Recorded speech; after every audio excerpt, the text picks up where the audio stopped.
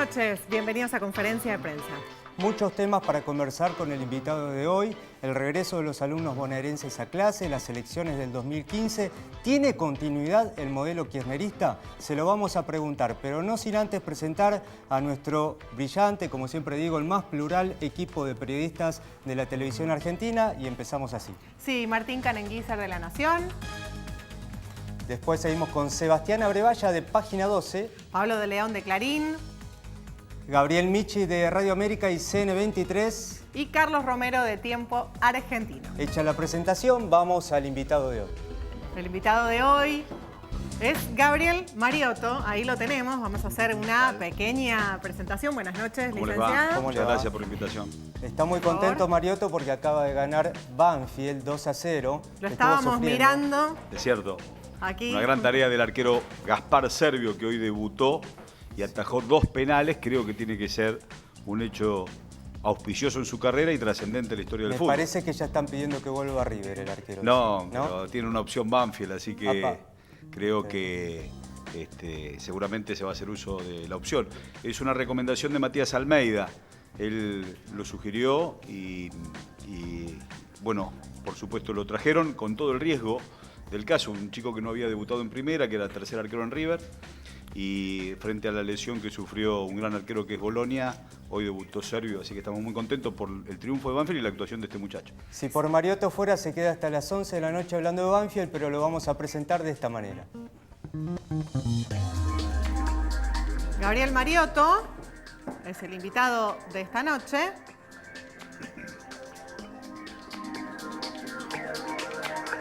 Es vicegobernador de la provincia de Buenos Aires. Es del signo de Escorpio. 49. 49 Tiene casi años. 50, sí. Casi es 50, cierto. un hijo. Es hincha de Banfield, como acabamos de decir. Cierto. Su ídolo, Garrafa Sánchez. Y es licenciado en Periodismo y Comunicación Social de la Universidad Nacional de Lomas de Zamora. Escribió y dirigió Perón Vuelve.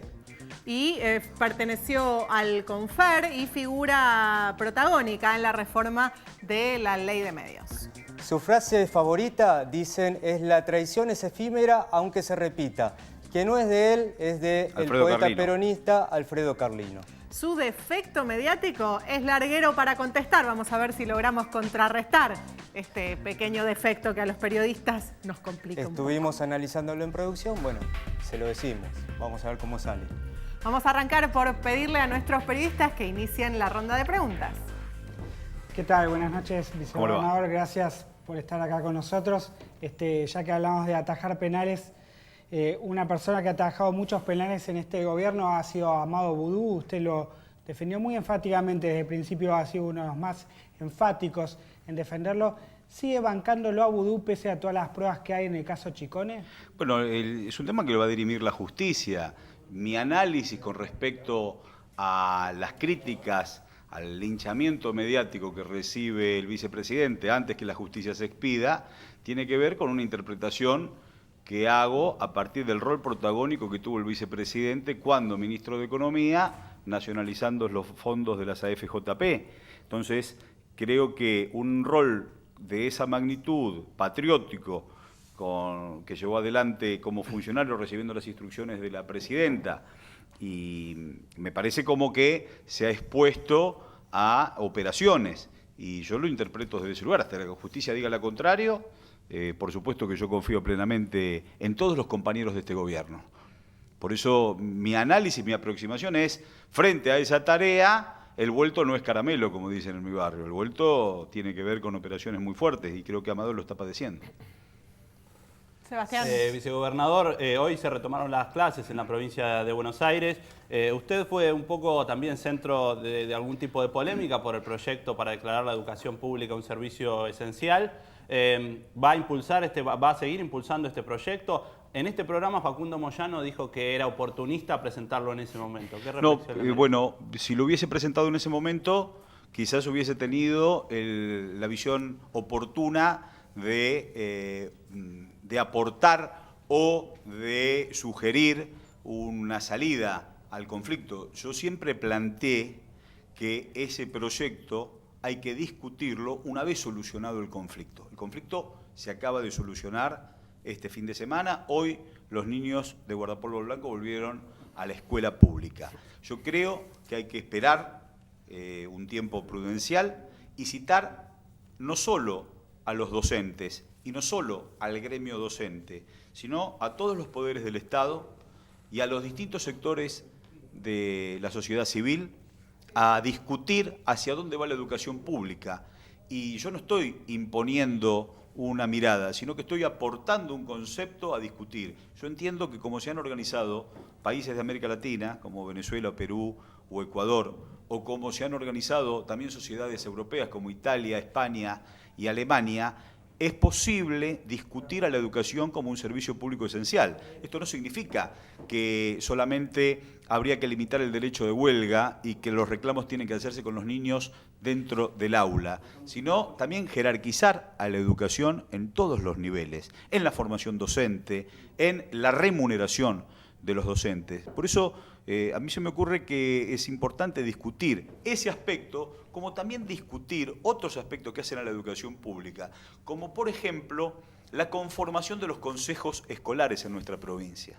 Nosotros tenemos 135 distritos y realmente no conozco un solo consejero escolar que haya querido ser consejero escolar. El lugar en las listas, como las elecciones son simultáneas con la elección de un intendente o la elección de un concejal, siempre es ocupado por alguien que no coronó en la conformación de las listas de concejales. Entonces, no hay debate sobre qué políticas llevar adelante en los consejos escolares y todo el mundo va como de relleno. Entonces, se me ocurre que es muy importante también discutir, no imponer, tanto la discusión como servicio público esencial, como escindir de las elecciones municipales los consejos escolares y que pueda haber una campaña en donde toda la sociedad sepa quiénes son sus candidatos y en donde los candidatos puedan expresar qué perfil de gestión frente a la administración de una cantidad muy importante de dinero que va destinado a infraestructura, a alimentos y a obras dentro de las escuelas públicas. Entonces, jerarquizar desde la política el rol de los consejeros escolares y discutir con aportes intelectuales la posibilidad de salir de este laberinto por arriba en materia de educación, porque lo que ha ocurrido este año también se repitió en años anteriores. ¿No cree que la provincia podría haber hecho esta oferta antes para evitar que 17 días de clases se perdieran en lo que va del año? Bueno, yo lancé esa sugerencia de discutir producto de haber estudiado alternativas y bueno, todo lo que llega puede ser que llegue tarde, pero algún día tienen que llegar. Ahora, es posible, cuando se toma una medida, si se hubiese tomado antes y quizás era mejor, pero bueno, llegó en este momento. Yo creo que estamos haciendo un aporte y una vez calmadas las aguas, con los niños adentro del agua, con los niños dentro del aula, yo entiendo que tiene que haber una discusión muy precisa con respecto a, por lo menos, estos dos ejes que estoy lanzando como disparador. Durante el conflicto, ¿habló con Scioli? Sí, por supuesto. ¿Y cómo era ese diálogo? Como siempre, un diálogo en donde se aportan miradas, se aportan conceptos y en donde la provincia tuvo la posibilidad de sentarse en una mesa de paritarias para orientar la solución del conflicto. Y bueno, se ha llegado a buen puerto, después de perder muchos días de clases, pero se ha llegado a buen puerto. Ahora, volviendo a la discusión de declarar servicio esencial a la educación, digamos, la OIT no se refiere específicamente a este tema, es más bien se refiere a las cuestiones de la seguridad y la vida, y después cuando se han hecho intentos, en general las cámaras laborales lo han rechazado. ¿Cómo se implementaría una cosa así? La OIT siempre discute este tema y hasta ahora no lo ha aprobado, pero los derechos no son una fotografía sepia, los derechos se van ejerciendo. En 1904, los trabajadores de empleados de comercios luchaban por el feriado dominical. Descanso dominical era un objetivo de máxima que en la interpretación de los comerciantes no estaba en su cabeza, como no estaban en su cabeza después en los años 40 el aguinaldo o las vacaciones pagas, o como no estaba como un derecho, un servicio público esencial durante mucho tiempo la seguridad, y después lo estuvo. Entonces, yo entiendo que hoy la educación es prioritaria para las sociedades, está a la vanguardia del ejercicio de los derechos. En estas jornadas colisionaron dos derechos, el derecho a huelga y el derecho a educarse. Y el derecho a la educación consta de dos aspectos, un derecho a enseñar, los docentes, y un derecho a aprender, los alumnos. Entonces, tenemos que reflexionar para que no colisionen esos dos derechos. Y uno de los formatos es el que se ha dado en Perú. En Ecuador tuvieron que reformar la Constitución para declarar servicio esencial el transporte, la educación, la seguridad y la salud. Nosotros no necesitamos reformar nuestra Constitución, porque la provincia de Buenos Aires establece que la educación es un derecho humano fundamental, o sea que lo pone el continente mucho más lejos. Nosotros tendríamos que discutir acerca del estatuto docente, donde en el año 2006, en una negociación paritaria, se presionó al gobernador de aquel entonces, creo que era Felipe Solá, y dije, la educación jamás va a ser declarada servicio público esencial. Pero estaba en una discusión paritaria y terminó en el estatuto del docente ese concepto. Entonces, yo creo que hay que discutir con los docentes, porque no es contra los docentes, es jerarquizar el rol docente. Yo no entiendo a la educación, después de Néstor, no puede volver la carpa blanca. Y después de Cristina es impensado una educación sin netbook. Entonces, sobre esos pisos hay que elevar. Y los niños tienen que estar dentro del aula, porque el pibe de guardapolvo blanco, y también nosotros, yo no digo que los reclamos de los docentes sea irracional, salvaje, imposible de considerar. Creo que tienen razones, y tienen razones serias, pero también es cierto que los niños tienen que estar dentro del aula, porque si no, la inequidad es fatal. ¿Usted no cree que los que mandan a sus hijos a las escuelas públicas están haciendo piqueteros como hijos? ¿Piqueteros como hijos? ¿Por qué? Lo dijo ayer un periodista. No, en absoluto. En la escuela pública se respira compañerismo, amistad.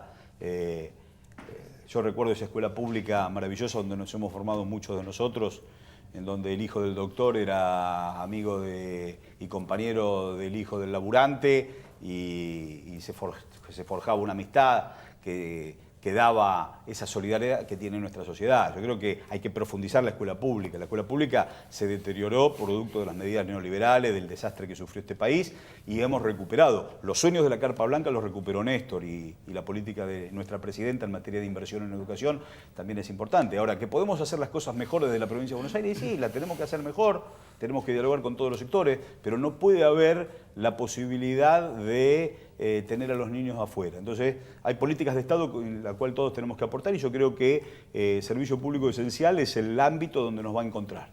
Vamos a seguir con la ronda de preguntas. Mario, usted cuando comenzó como vicegobernador tuvo algunos contrapuntos a partir de algunas declaraciones con respecto al gobierno de Scioli, con respecto al gobernador Scioli. ¿Cómo evalúa? Hoy sus relaciones distintas, se lo ve más aceitado en este rol. ¿Cómo evalúa usted el manejo del conflicto docente por parte del elenco de Scioli? ¿Y cómo se relaciona usted con esto que está expresado ya en el sciolismo, que es la candidatura 2015? Bueno, arranco por el principio. Sí. Yo siempre tuve mi propia impronta. Y esa impronta, como presidente de un cuerpo legislativo, es muy ejecutiva. Y no había costumbre que desde el Senado se propusiesen ejes de gestión. Nosotros tenemos la oportunidad desde el legislativo de mirar a mediano plazo. El ejecutivo está en la urgencia. Entonces, rápidamente, nosotros propusimos, producto del formato foros, de dialogar con la sociedad y encontrar ejes de gestión, una propuesta en materia de justicia. Con la excusa de policía judicial, abordamos en los foros una serie de propuestas como autonomía de la defensa, Secretaría de Seguridad y de Enjuiciamiento, mecanismo de prevención de la tortura, información pública, una serie juicio por jurados, una serie de ejes propusimos desde el Senado.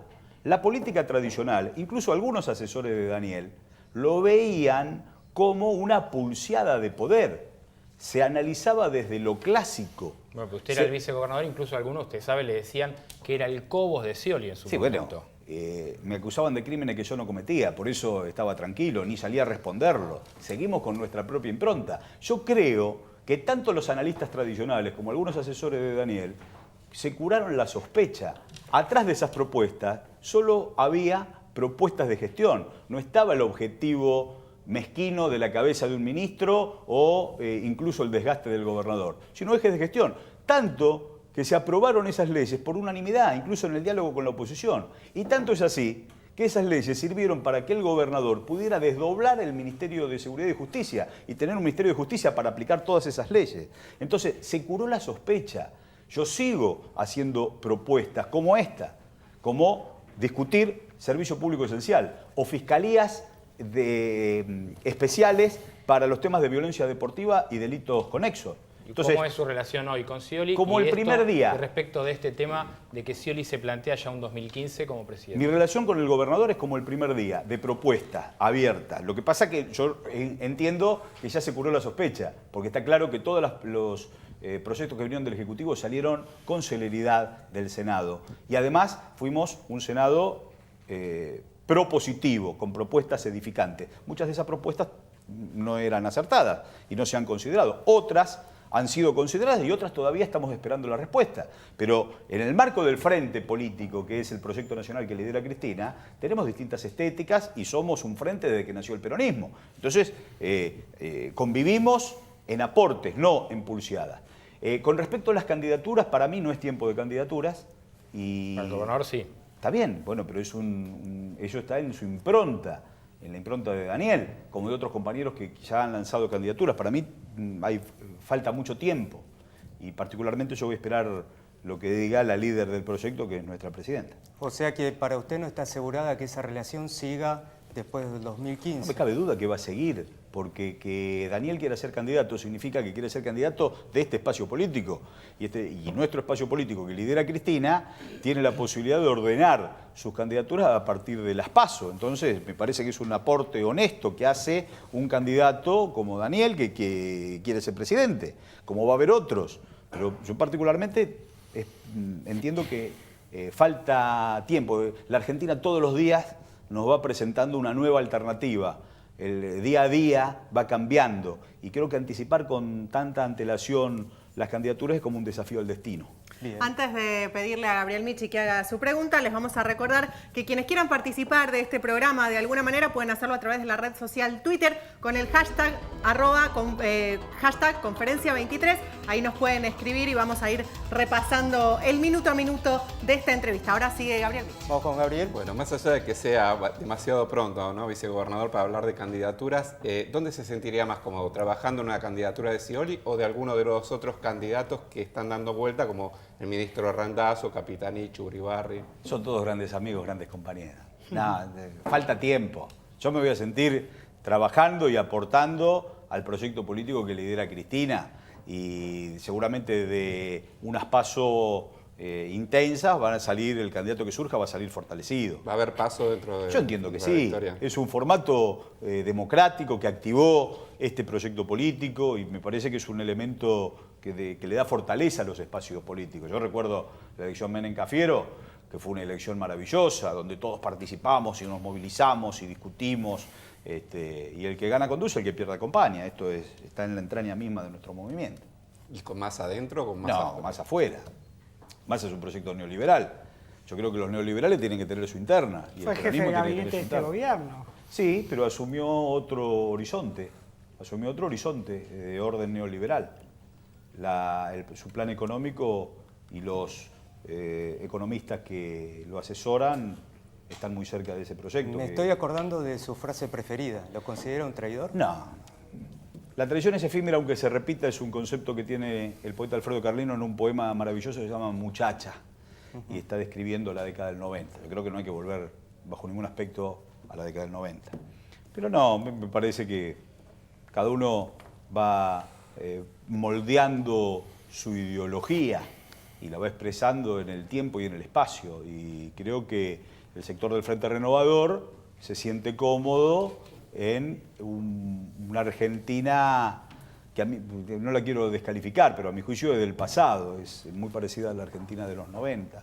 Y creo que hay que seguir en este proyecto de inclusión y de Argentina industrial. Definitivamente hay que seguir fortaleciendo el Producto Bruto Interno, haciendo transformaciones para valor agregado a la producción primaria. Esa Argentina industrial de los puestos de trabajo es realmente la que encuentra engranaje con la dimensión histórica de los proyectos nacionales y populares en América Latina. Usted habla de la década del 90. ¿Qué rol jugó, qué opinión tuvo en su momento de la reforma educativa que lanzó Carlos Menem al final de su gobierno? Nosotros estuvimos con conflicto porque justo participamos en la universidad y en la universidad no fue nada beneficiosa, entonces no tuvimos ninguna simpatía con ella.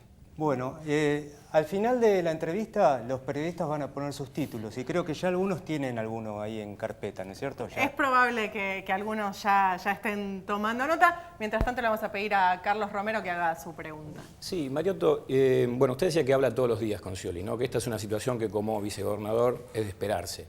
Sin embargo, usted también es un hombre del kirchnerismo de paladar negro y quizás sea de ese espacio el hombre que más trato tiene con Scioli hoy en día.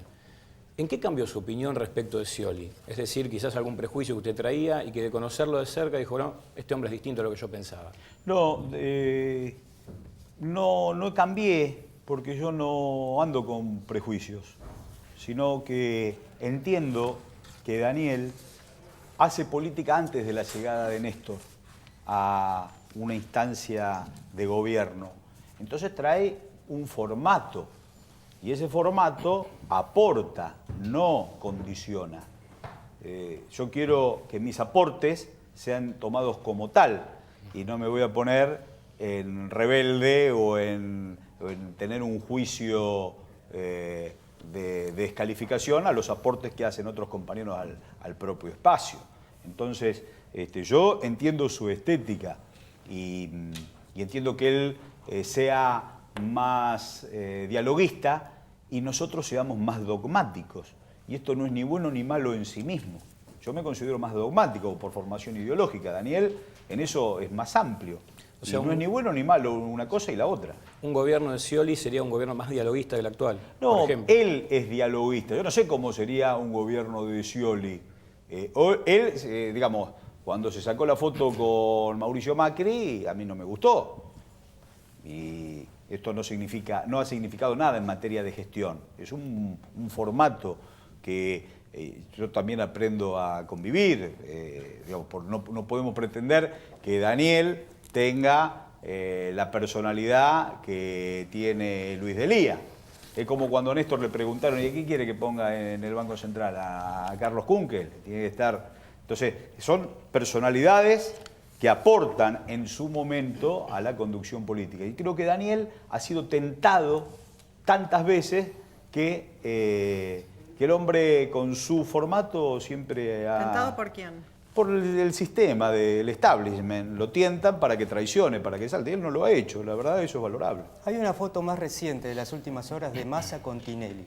Esa tampoco le gusta, supongo. No, bien, es un tema de Sergio Massa y de Marcelo Tinelli, qué sé yo. Sí, pero Tinelli hasta hace muy poquito estaba cerca de firmar un acuerdo con el gobierno para fútbol para todos. Sí, se podría haber sacado fotos con 200 millones de candidatos. Marcelo Tinelli tiene fotos con muchísimos, digamos... Con Insaurralde. Y con De la Rúa, con Menem, con Duhalde, con Néstor, con Cristina. Sí, con Cristina y Néstor y con Insaurralde y Scioli justo antes de cierres eleccionarios. Son detalles importantes. Está bien, pero digamos, Néstor no fue el programa de Tinelli, por ejemplo. No fue. Estaba Gran Hermano y Néstor optó por no ir. Y seguramente tenía encuestas que estaba cabeza a cabeza. Pero digamos, Marcelo Tinelli es el conductor de televisión más famoso que tiene la Argentina y se puede sacar fotos con todo el arco político. ¿Y a usted le gustaba la idea de que él condujera el fútbol para todos? No, yo no sé qué grado de certeza tuvo la especie. Nunca tuve conocimiento. Pregúntele a Capitanich que lo negociaba con Sí, pero no, yo no tuve conocimiento. Porque a mí lo más importante de Fútbol para Todos es que existe y que es un ejercicio de un derecho que no puede volver hacia atrás. El resto es una cuestión de televisión, de una estética nuevamente de televisión. Tienen que ver con cómo presentarlo. Pero el concepto central de Fútbol para Todos es que antes veíamos las tribunas y ahora vemos los partidos. ¿Usted es amigo del relator, el que se llama el relator Sí, militante? de Javier Vicente, sí. ¿Es amigo personal? Soy amigo, fue alumno mío en la UBA y Y él relataba y yo comentaba en una radio de Loma de Zamora. ¿Era su radio? Sí, FM Ciudades, sí, sí. Una radio con un grupo de compañeros de la universidad que yo dirigí con mucho afecto. Es una gran formación en esos momentos de radios comunitarias.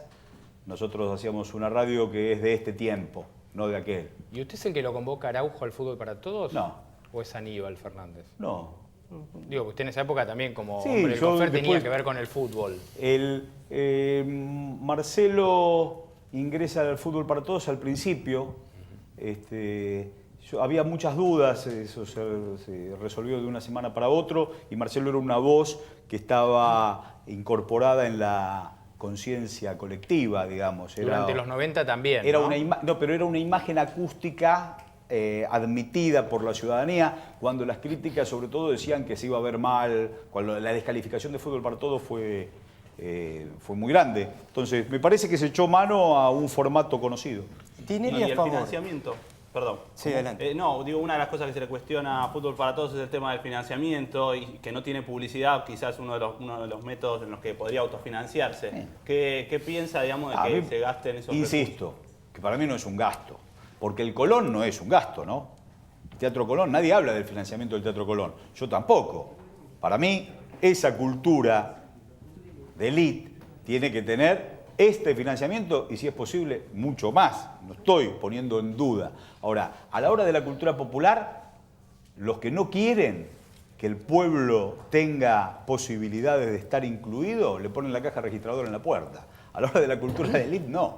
Entonces, no entiendo. A mí me parece que la cultura popular y el fútbol como elemento de integración, donde nos cambió los fines de semana a todos.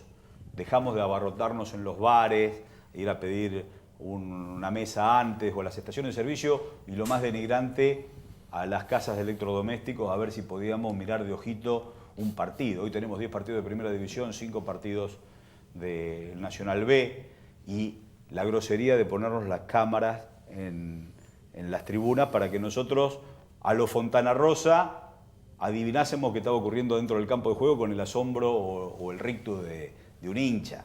Yo creo que el Fútbol para Todos es justicia social y no se puede volver atrás. El resto es una cuestión de rating de televisión y de ver qué formato. No, Por pero eso, acá Sebastián le pregunta una cosa, digo, yo creo que, por lo que yo sé, lo que estamos acá, todos estamos de acuerdo con el Fútbol para Todos, pero podría incorporarse auspiciantes tradicionales del fútbol, cervecerías, telefonías, que le darían, porque en su momento no le darían pérdida. En su momento se decía que el excedente de eso iba a ir al deporte olímpico. Bueno, nada de esto sucede. Y sin discutir la esencia del Fútbol para Todos, sí, pero lo se que podría ocurre, que no sea todo gasto.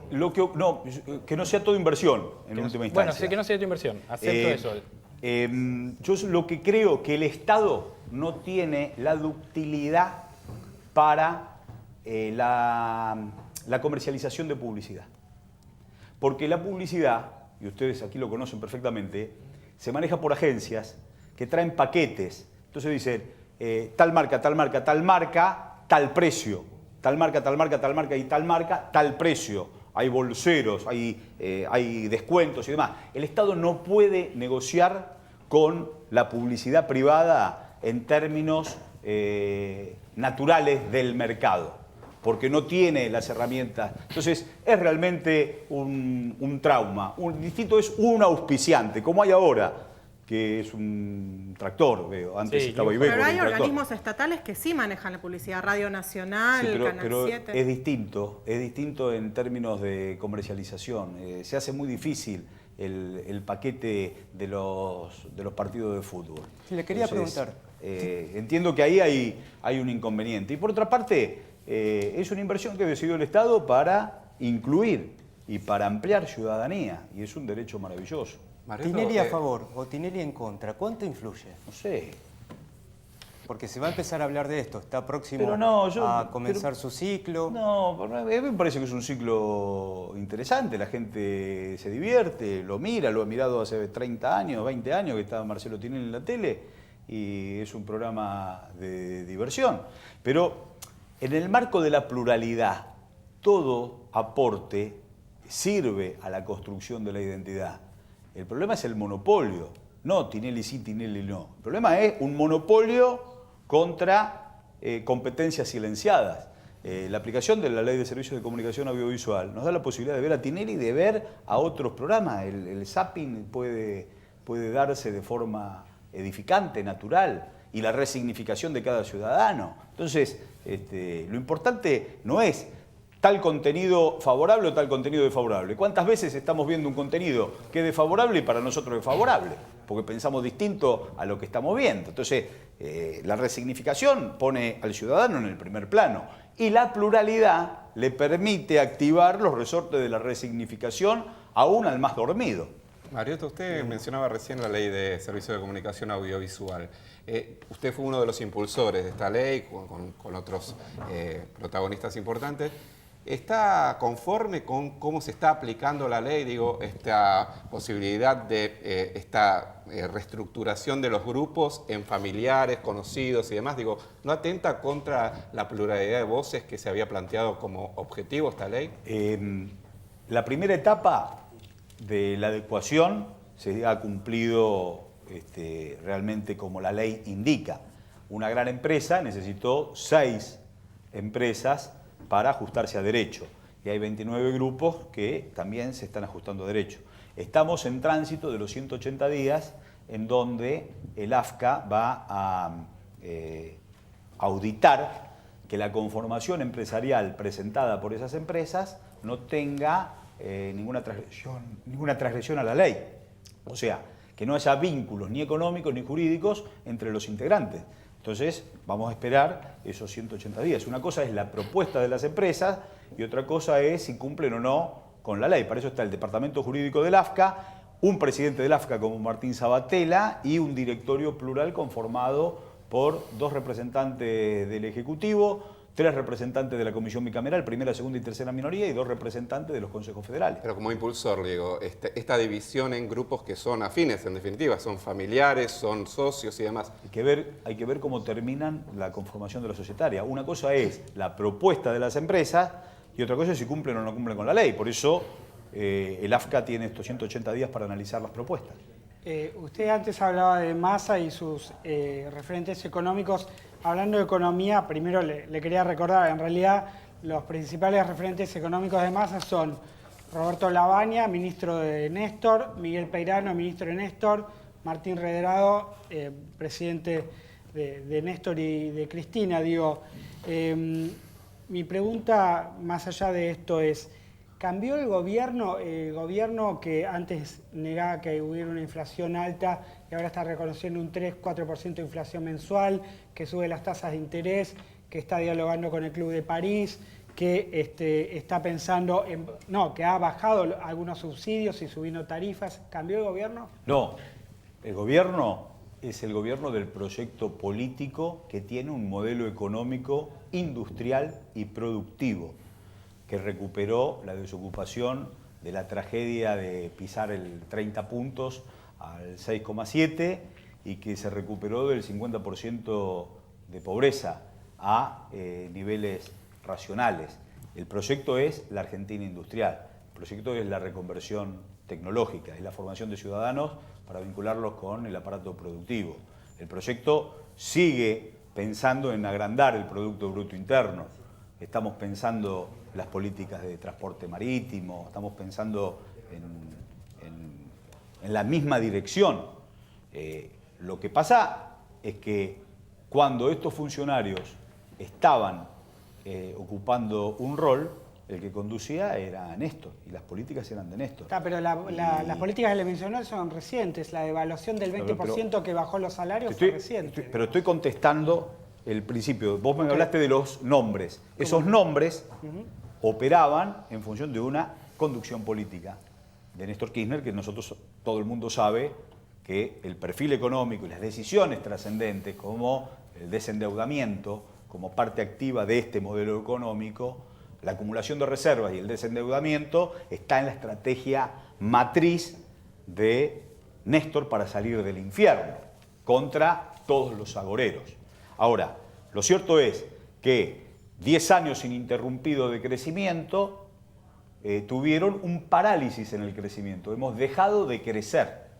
O sea, se ha crecido 10 años de forma exponencial y se ha dejado de crecer. Y se toman medidas que van a permitir seguir creciendo, no como medidas que fuesen definitivas o en una dirección contraria, sino que tiene que ver con recuperar el aire para seguir creciendo y para seguir industrializando. Y ¿Pero seguir le gustan formando. estas medidas? ¿Le gusta la suba de la tasa? ¿Le gusta la devaluación que baja los salarios? No, son medidas muy oportunas para seguir andando en la misma dirección que Néstor se planteó en el 2003 y que Cristina sigue con absoluta claridad. Es la Argentina inserta en América Latina, es la Argentina de la industrialización, de la producción, de la formación, no es la Argentina de la especulación financiera, ni la Argentina de la desaprensión con los sectores del trabajo, sino todo lo contrario. Por eso se me ocurre que no hay la fotografía de una medida para ilustrar el rumbo del gobierno, sino que el gobierno tiene un rumbo y una dirección absolutamente clara y que se van tomando medidas que le permitan seguir en esa dirección. Scioli dijo que el paro de Moyano es injusto, en Moyano y Barrio Nuevo, ¿no? ¿Usted qué opina? A mí me parece que es un paro de orden partidista. Es una operación que tiene un objetivo de horadar la construcción política del gobierno de Cristina, pero ya hemos tenido otros paros de ese tenor y ya sabemos cómo responde la sociedad. Digo, volvemos a Tigre. Bueno, están jugando un partido que tiene que ver con su propio ombligo, pero hay que preguntarle a los trabajadores de la construcción, de la UOM, de ESMATA, de los textiles, lo que era el trabajo hace 10 años y lo que es hoy, incluso los camioneros mismos. Hay que preguntarle a los trabajadores, que era la Argentina. Los trabajadores tienen memoria, tienen la memoria de esa dimensión histórica que te hablaba. Entonces, 35.000 afiliados a 350.000, 400.000 afiliados. ¿Quién va a hacer un paro cuando se recupera el trabajo, cuando se recupera la esperanza, cuando se recupera el horizonte? Si nosotros venimos de medidas de orden neoliberal que empezaron en 1976 y terminaron en el 2003, aún en democracia, con ese envión de neoliberalismo. El cambio de paradigma nos pone en este sentido de la Argentina industrial. Y la dirigencia gremial que vos nombraste siguen estando todavía atados al orden de los 90. Digamos, no han advertido esa transformación. Bueno, Moyano hasta hace poco estaba con ustedes. Por eso, pero se han mirado más el ombligo que el proyecto político. Entonces, se me ocurre que eso es disfuncional, incluso para las mismas personas que quieren asumir ese atajo. Porque es como si me llaman y me dan lo que pretendo, es el mejor de los mundos, y si no consigo lo que pretendo, es el peor de los mundos. Entonces, me ocurre que eso tiene que ver más con una sesión de diván que con un proyecto político. Mariotto, se acercan las elecciones y siempre el tema de la seguridad o la inseguridad, como uno quiera llamarlo, es un tema que está a la orden del día. Pero además de ser un tema político, es un tema concreto, es un tema real. ¿Cuál es el escenario de inseguridad que hay en la provincia de Buenos Aires actualmente? No, por supuesto que todos estamos preocupados por los temas de inseguridad. Estamos muy preocupados. América Latina está preocupada por los temas de inseguridad. El mundo está preocupado por los temas de inseguridad. Yo vengo de una visita 4 días a México, estuve con el gobernador del Estado de México, estuve con los diputados del DF, que son del PRD, el gobernador del PRI, y estuve también con diputados del Partido de los Trabajadores. Por supuesto que todo el mundo está preocupado por la seguridad en México, como en la Argentina, como en el resto de América Latina, como en el resto del mundo. No me cabe duda que hablar de políticas de seguridad sin hablar de inclusión y de equidad es un formato para los títulos de los diarios. No me cabe duda que la inclusión, las políticas de inclusión, de contención, de deporte, de formación, junto con los niveles de empleo y junto con las estrictas políticas de seguridad, nos van a dar la posibilidad de transitar este tiempo con seguridad democrática como corresponde. En la actualidad el debate parece planteado entre halcones y palomas, digamos, ¿no? Digamos, el garantismo o la mano dura. De hecho, hoy hubo declaraciones de Sergio Massa acerca de los casos de linchamiento, diciendo que esto pasaba porque el Estado estaba ausente. ¿Qué opina al respecto? No, bueno, o se trabaja para los títulos de de los canales de noticias o se trabaja en la institucionalidad. A mí me gusta trabajar en la institucionalidad. Y esto no es de un día para el otro. Ni con cámaras se arregla solamente eso. Las cámaras son muy importantes. No digo que no, son muy importantes. Pero cámaras que aporten a la investigación científica. No solamente cámaras que le permitan a un canal de noticias ver el episodio o a el que dirige esas cámaras desde la seguridad, si hay una flagrancia, poder intervenir. Sino que frente al delito esas cámaras tienen que servir para la investigación científica, si no es más para el show o para el momento que para atacar realmente los temas de inseguridad. Yo creo que hay que discutir los temas clásicos de la seguridad, pero no se puede abordar solo la seguridad. Esto están en los escritos del Papa Francisco, digamos. Yo me he sentido interpelado en mi pensamiento por lo que leí del Papa Francisco, que dice no se puede hablar de seguridad solamente, hay que hablar de inclusión y de equidad. Y creo que América Latina se está orientando hacia ese lugar, porque el concepto de mano dura por sí sola tampoco ha triunfado. El estado de Ciudad Juárez es uno de las 10 ciudades más inseguras del mundo. Y El Paso, del otro lado de la frontera en Estados Unidos, es una de las 10 ciudades más seguras del mundo. Lo que hay es en El Paso cámaras, patrulleros, pero hay inclusión. Hay una política de inclusión muy precisa que tiene que ver con el deporte, con las bibliotecas populares, con los lugares públicos, cómo se ganan esos lugares públicos. O sea, que el modelo de la seguridad de Estados Unidos tiene absolutamente activo el concepto de la inclusión. Le vamos a proponer una cosa. Nosotros acá estamos haciendo una conferencia de prensa y le damos la posibilidad al invitado de que ratifique o rectifique sus dichos para que después no nos digan que lo sacamos de contexto. Yo no dije lo que dije, sino todo lo contrario. Exactamente. Vamos a tratar de evitar que usted tenga que decir mañana esa frase y le vamos a proponer que ratifique o rectifique sus textuales. Vamos como a pasar... se hace en las redacciones, ni más ni menos. Vamos a pasar al primero. Vudú sufre un linchamiento mediático y es envuelto por su rol en la eliminación de las AFP. Lo suscribo.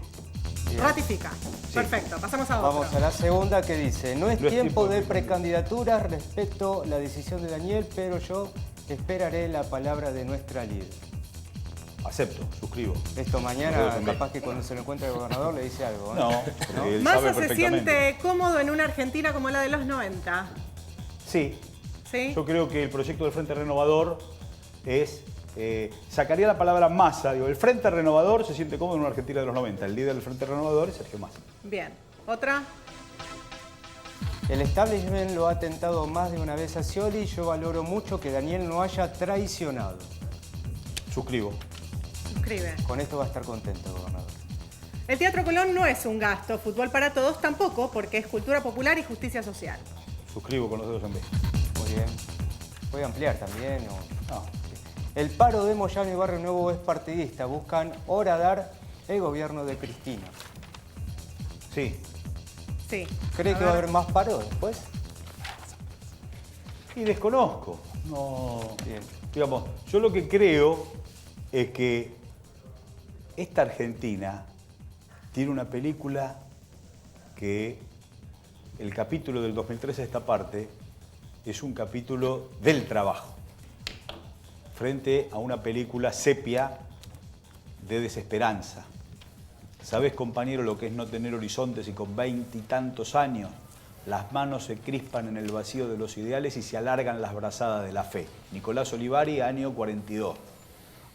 La desesperanza, la falta de trabajo, la falta de horizonte no es de ahora, es de un modelo liberal que empezó en 1860 y que tuvo en 1976 un reposicionamiento que duró hasta el 2003. Y esa tensión entre una Argentina de 10 familias frente a una Argentina de inclusión y de 40 millones de ciudadanos va a seguir estando. Y yo creo que esos paros operan en la tensión contraria a la Argentina del trabajo. Nos queda una más. A ver, ¿con qué venimos? Hemos dejado de crecer, las últimas medidas económicas son para tomar aire y volver a crecer. Sí, después de 10 años ininterrumpido, hemos dejado de crecer, pero hemos crecido 10 años ininterrumpido. Cualquier economía de las más exitosas del mundo después de 10 años de crecimiento puede tener un parate. Nosotros tenemos ese parate para seguir creciendo, no para cambiar el rumbo y empezar nuevamente con la especulación financiera.